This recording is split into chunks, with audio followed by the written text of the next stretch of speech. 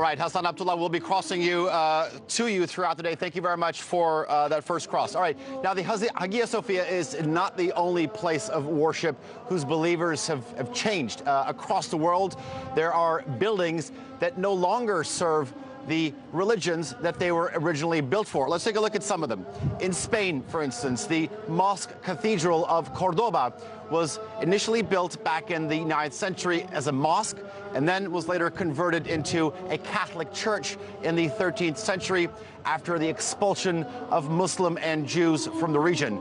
Muslims across Spain have lobbied the Catholic Church to be allowed to pray there, but the Vatican has so far opposed the move.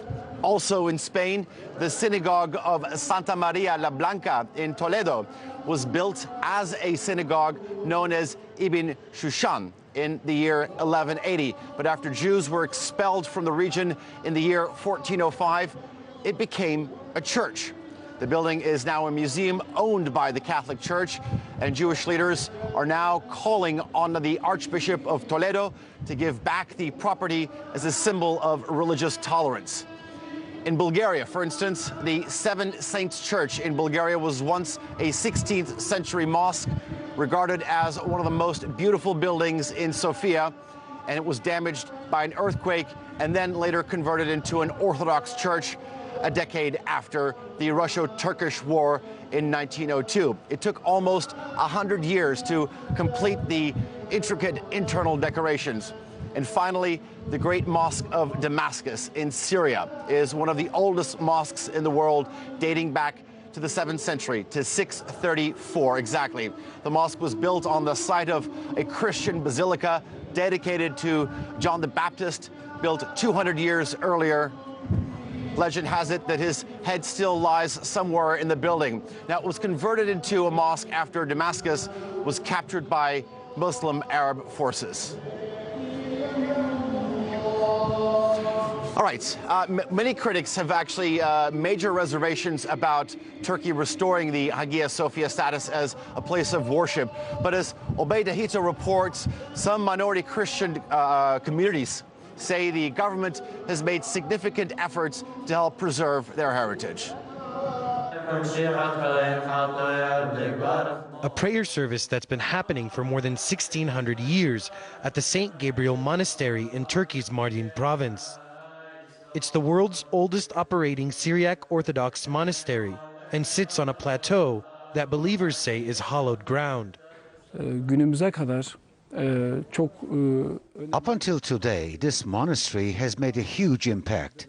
This region is the spiritual homeland of the Syriacs and is the headquarters of the Archbishop. At the same time, this monastery is a place where thousands of people from all around the world come to visit. Then Prime Minister Recep Tayyip Erdogan returned confiscated land to the church in 2014.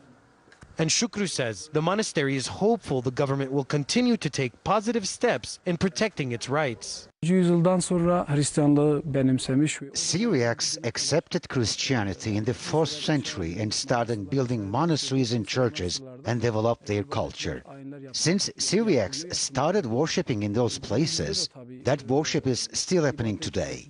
We don't have any problem whatsoever in terms of worship. Syriacs living in the nearby villages around and the priests and nuns in the monasteries can easily worship 3 times a day without any problems.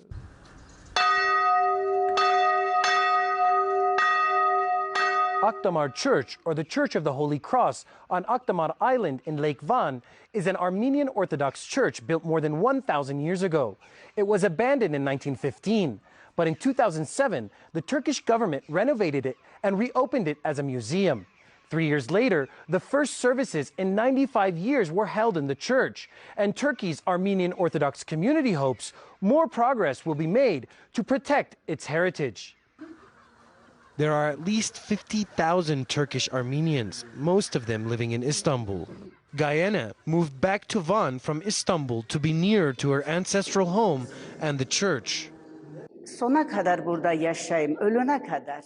I want to live here forever, until the day I die, and I'm trying to open the way for Orthodox Christians and Armenians to come here without thinking of the past. We don't have to think about all these old memories, because all that matters is brotherhood and friendship, because we believe in the same God. Hiç gerek yok. Even though the church holds services only once a year in September, Guyana is excited about the future. Ben tek Ermeniyim burada. Ben tek başıma. I am the only Turkish Armenian living in Van. All I can do is come here 3 to 4 times a month and pray. We wish this place can have regular services, but no one is coming here. We need priests to come. People need to come from outside of Turkey and also from Istanbul. I wish I can come here every Sunday and pray, but I can't do that alone. It's like they say, one flower doesn't bring the smell. Ama tek başına. Some minority religious communities in Turkey may have been around longer than the Republic, but they say they're still flourishing in Turkey today. Obeidehito, TRT World, Van, Turkey. Well, that was a brief introduction of what we have lined up for our viewers.